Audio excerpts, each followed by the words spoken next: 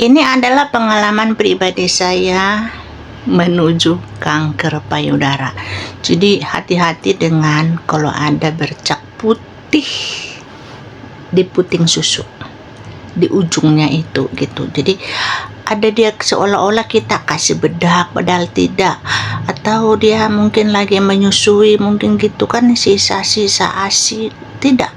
Tidak seperti itu gitu. Jadi waktu saya ada itu kan kayak bercak-bercak putih gitu di puting susu itu sudah lama. Itu anak saya sudah SMP, SMA gitu kan.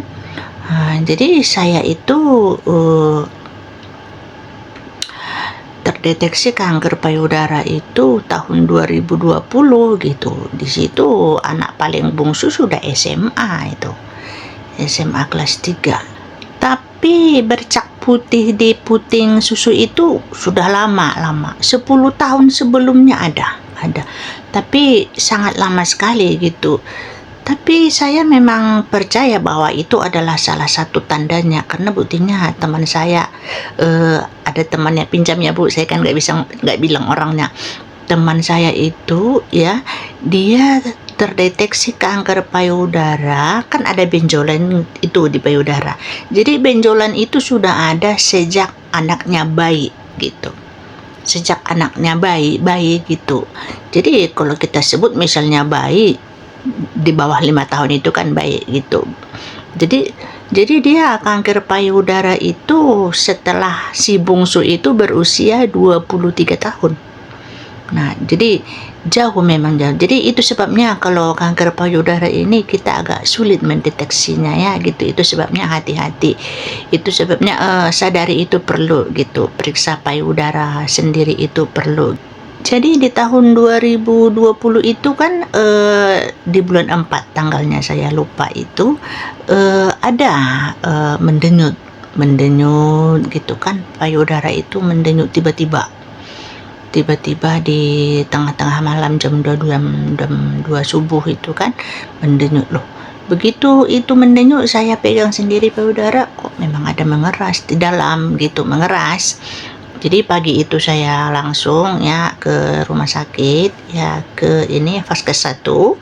Vaskes 1 pun karena sudah memang ada mengeras di payudara, langsung rujuk saya ke Vaskes 2 waktu itu. Jadi waktu itu pun memang dokter Vaskes 2 sudah bilang sih, bagaimana kalau dioperasi aja gitu, yang bencol itu dibuang aja. Nanti kan diperiksa. Nah, seperti itu. Tapi karena dengan belum pernah mendengar misalnya kanker payudara, ada benjolan di payudara, baik itu diriwayat orang tua jauh-jauh di atas sebelumnya, nggak ada sama sekali. Jadi nggak mungkin.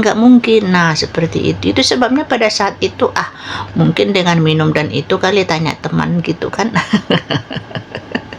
Bisa hilang sendiri gitu. Lagipun waktu itu keluarga bilang nggak usah lah dulu Mi, coba aja dulu herbal ini segala macam. Jadi singkat cerita, memang saya ada herbalnya lebih setahun 2 bulan, setahun 4 bulan gitu. Tapi nyatanya tidak cocok, malah dia menjadi stadium 4 pada saat itu kan, kankernya menyebar ke tulang. Jadi yang anehnya itu, saya pernah lagi yang herbal itu ke luar kota ya, salah satu kota di Surabaya itu. Jadi herbal sebenarnya sih malu saya ngasih tahu karena saya goblok saat itu saya kan nggak paham, saya kan banyak dengar ya kan. Iya, yang penting kan sembuh kan. Sewaktu itu di Surabaya itu ada ini terapi lintah gitu. Jadi lintah itu diletak di payudara kan, nanti kan dihisap gitu kan, sel-sel kankernya gitu. Apa ya mungkin lah gitu. Saya coba itu, ada 2 bulan saya itu kan coba dihisap, yang adanya ya benar sih ada dihisap. Waktu itu memang dia mengecil dia setelah memang, tapi benjolan itu ada tapi mengecil gitu, benjolannya masih ada waktu itu mengecil. Saya kembali lagi ke Batam, tiba di Batam waktu itu saya ingat betul itu suami kurang sehat, opname. Saya kebingungan dong gitu, suami sakit, saya sakit, bagaimana? Membesar lagi dia. Tapi sebenarnya pada waktu itu ya, di awal-awal 2021 itu sudah biopsi jaringan sebenarnya gitu kan, biopsi jaringan diambil sampel ya, jadi sudah dinyatakan dia memang ganas. Nah setelah itu kan ada IHK kan, cobalah bagi ibu-ibu yang sudah kanker payudara ya, yang sudah paham dengan PA dan IHK ya kan, coba. Tapi karena saya belum paham pada saat itu kan, PA sudah keluar dia ganas, kemudian kan cek IHK kan, IHK juga sudah keluar itu gitu, ER positif, PR-nya positif karena HER2-nya juga positif pada saat itu, KE67-nya di atas 40% kan. Jadi apaan sih, nggak ngerti. Nah di situnya saya masih sempat ke herbal itu, IHK sudah keluar gitu. Jadi bagi ibu yang sudah paham sekarang lucu kan, lucu. Tapi karena saat itu tidak paham gitu kan, ya santai aja gitu, masa bodoh gitu dengan pemeriksaan tidak mau tahu gitu. Jadi tapi seiringnya waktu pada saat itu kan sudah stadium 4, saya kembali lagi ke dokter. Terus dokternya bilang, IHK sudah keluar ya, ini 3 bulan kemana, kenapa nggak jumpa saya, katanya menghilang 3 bulan. Jadi saya mau kasih alasan, mau nggak usah kasih alasan, saya tahu. Sudah saya tahu, nggak apa-apa, herbal coba dulu. Tapi saya tahu, saya kan pasien pasti kembali. Gitu dokternya ngomong kan, ya benar, pasien kembali lagi. Terus bagaimana? Kalau kemarin kan saya bilang itu kemo dulu 4 kali, kemudian operasi, kemudian sambung lagi kemo. Nah seperti itu, saat itu dokter bilang seperti itu karena belum stadium 4 ya kan, kemo dulu operasi kan, kemudian yang sisa kemo lagi kan, seperti itu. Karena sudah stadium 4 ini tidak boleh operasi, stadium 4 itu tidak bisa operasi, jadi kita kemo aja dulu gitu. Jadi untuk operasi itu ya evaluasi gitu ya, semoga nanti kemoterapi kita ini berhasil gitu, dokter bilang pada saat itu kan. Jadi waktu itu pun memang saya ya sudahlah, karena memang sudah nekat waktu itu, tidak mau lagi mendengar herbal kiri dan kanan.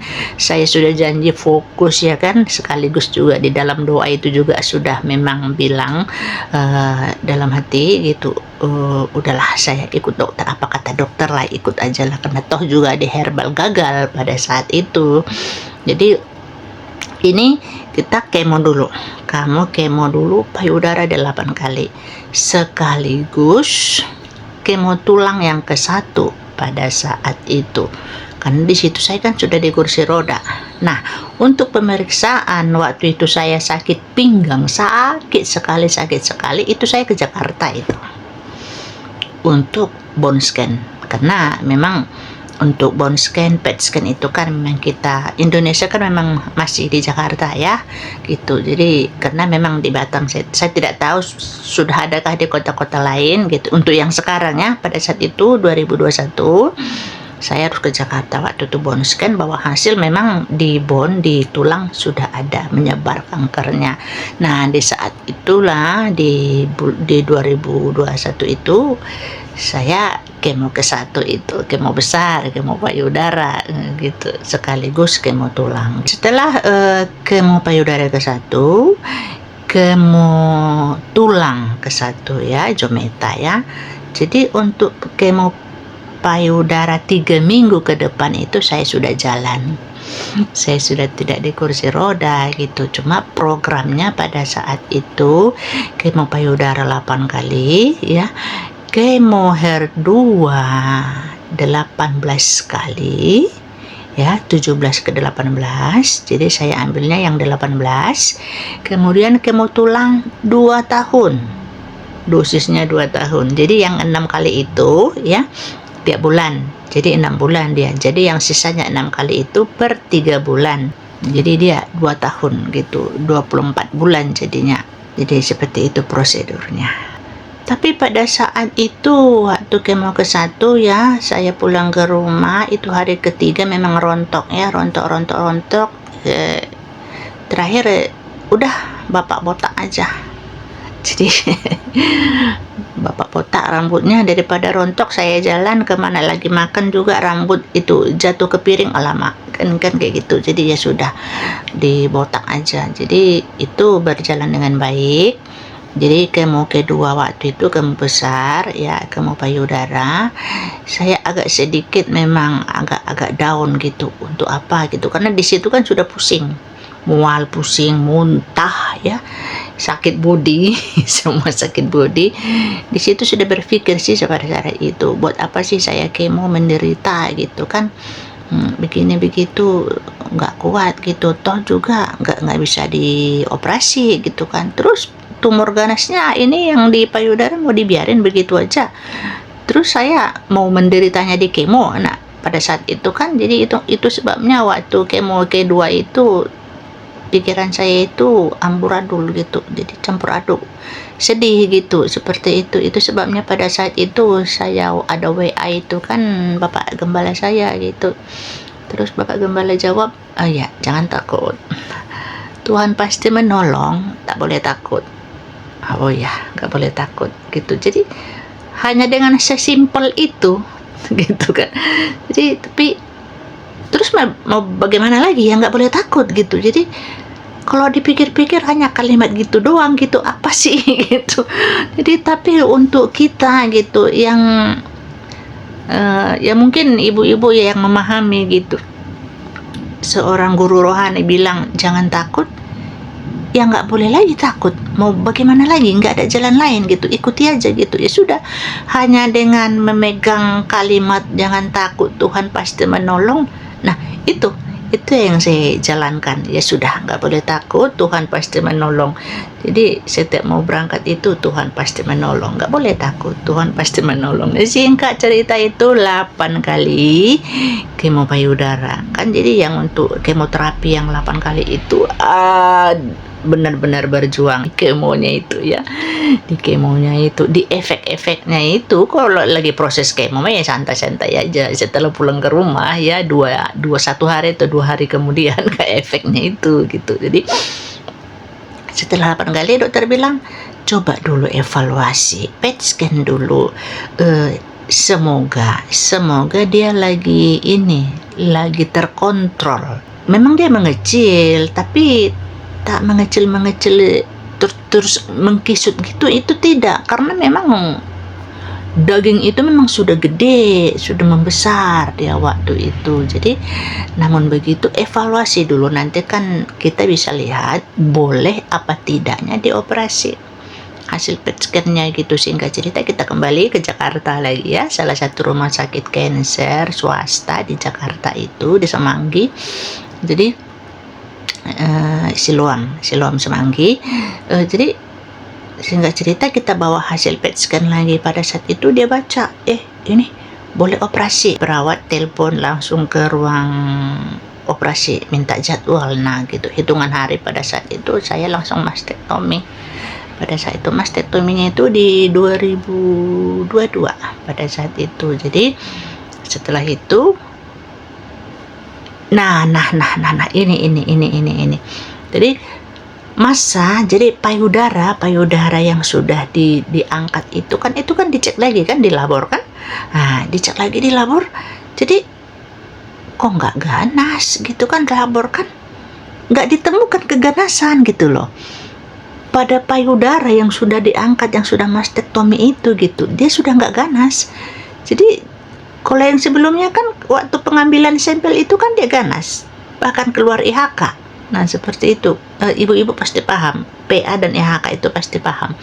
Jadi PA keluar, IHK keluar gitu, kan memang dia ganas. Tapi setelah kemoterapi itu 8 kali untuk payudara, cek lagi dia sudah tak ganas. Karena pada saat itu dok, coba diperiksa lagi IHK-nya ya. Saya yang minta pada saat itu, saya minta IHK-nya dicek lagi. Itu sebabnya di hasil lab saya itu ya, di kertas itu tulis laboratorium itu, laporan dari lab itu bahwasanya masa setelah pemeriksaan ulang gitu, sayatan ulang gitu, pemeriksaan ulang, artinya dia gak hanya 1 kali diperiksa gitu ganas apa tidaknya gitu. Jadi diulang dia memeriksa lagi, karena mungkin nggak percaya menurut saya gitu kan. tidak ditemukan keganasan pada masa. Nah, seperti itu kalimatnya. Jadi itu sebabnya waktu dibacakan dokter itu kan, nah ini yang membuat saya juga ini agak sedikit heran gitu ya, gitu. Ini garis bawah ada sedikit heran ya, betul. Jadi dokter bilang tidak ditemukan keganasan pada masa gitu. Jadi ya sudah nggak ganas gitu. Jadi gimana dok? Tapi dosis yang sudah dokter buatkan itu ya saya harus ambil gitu. Tidak boleh misalnya tidak ditemukan keganasan lagi, terus dosis yang sudah tertulis itu saya nggak ambil lagi. Oh tidak, saya ambil semua karena memang saya sudah janji dengan prosedur dokter. Jadi setelah mastektomi pun ya yang terapi tulang tetap saya habiskan ya. Jadi yang terapi HER2 18 kali itu saya tetap ambil gitu. Jadi yang terapi HER2 itu ya, yang HER2 positif itu 18 kali untuk stadium 4 di saat itu ya, di 2021 8 kali ditanggung BPJS pada saat itu. Jadi 10 kali sudah tidak ditanggung BPJS. Untuk di berat badan saya pada saat itu 62 atau 65 ya. Satu kali kemo itu HER2 itu 11 juta. Tahun 2023 kembali lagi PET scan. Jadi di 2023 itu sudah pasif ya, semuanya ya.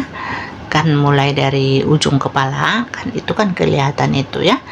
Mulai dari otak, nasofaring, ini semuanya getah bening, ke dalam lagi ya, lever, empedu, lambung, ginjal, paru-paru, jantung, usus, ovarium, kandung kemih, serviks, tulang. Nah itu semua tidak ada ditemukan yang si itu. Tidak ditemukan. Nah gitu. Jadi Januari tahun 2024 ini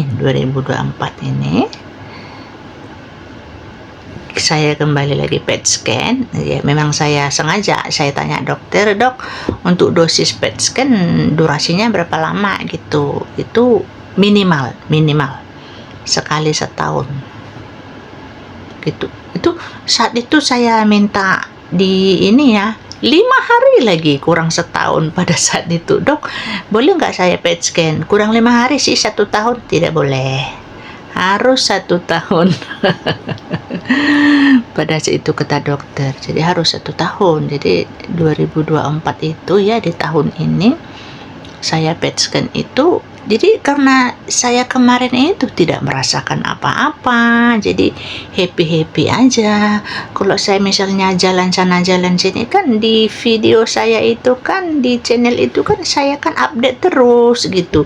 Saya ke pesta-pesta, saya ke undangan-undangan gitu. Jadi karena nanti deh sebulan lagi apa 3 minggu lagi saya kan mau jumpa dokter, nantilah jumpa dokter sekalian ambil obat ini kan, estrogen kan, yang letras kan, yang 5 tahun yang bulanan, nantilah saya ambil obat sekalian baca hasil gitu. Jadi adalah temponya waktu itu sekitar 28 hari apa 30 hari. Kemudian setelah PET scan baru saya ketemu dokter gitu. Jadi dokter baca gitu, loh ini kan ada hidup di pinggang kamu sebelakang, L2 kalau nggak salah, L berapa ya, pokoknya di lumbal di belakang itu ada hidup sedikit saja gitu. Jadi di PET scan itu dia kelihatan gitu, kita tidak merasakan sakit apa-apa gitu, tapi dia hidup itu dia kelihatan. Nah PET scan-nya itu gunanya di situ gitu. Jadi masa sih dok? Iya, jadi Terus gimana dong dok? Ya nih konsultasi ini ke dokter sinar gitu. Jadi ini disinar atau tidak, dokter sinar yang lebih tahu gitu. Disinar atau tidak gitu. Saya kan bedah onkologi, nah gitu kan. Jadi terus gimana dok? Ya kamu harus jumpa dokter sinar. Tapi menurut saya ini ya pasti disinar dia ini katanya supaya dia hilang sama sekali walaupun sedikit gitu kan. Ya singkat cerita itu saya ke Medan, itu sebabnya di video-video saya di bawah ada sinarnya, ada sinar pada saat itu. Ya begitu jumpa dokter, sinar memang betul sinar tulang ada 5 kali gitu, sehingga dia memang benar-benar habis.